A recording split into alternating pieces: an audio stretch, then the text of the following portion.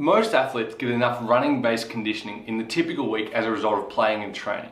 But in the holidays, when that playing and training goes away, it's really important that athletes keep a baseline of high-speed running and ground reaction forces in their body so that when they return to sport, they don't create any problems. We've talked before about how important it is to keep a floor and a ceiling on your training volume, especially when you're going on holidays or having a break from sport. But we've also talked about how bad continuous exercise and jogging and running laps and laps of the oval are for sport-specific fitness. The much better solution is to do repeat sprint training. Before you jump into the workout, make sure you warm up thoroughly. Our warm up is linked in the description above or below.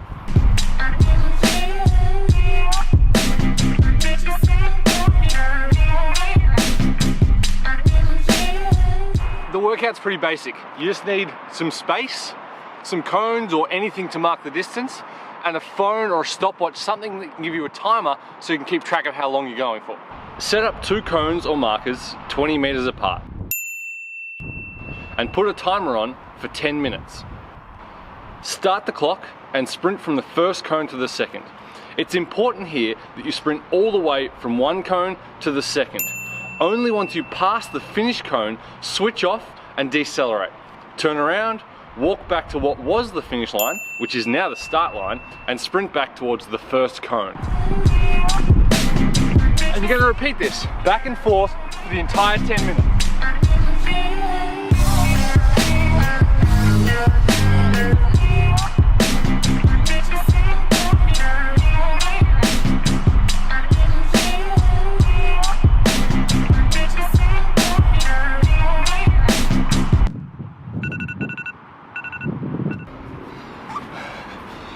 Start with 10 minutes, add 1 or 2 minutes per session, build up to about 20 minutes, by which time it should be ready for you to get back into season.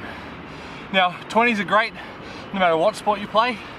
If you play footy, soccer or rugby, any field, longer based sport, it might be worth doing some 40s and 50s, and so alternate during the week. Once 40s, once 20s, something like that. Basketball, netball, volleyball though, futsal even, 20 is your distance. They'll get the job done.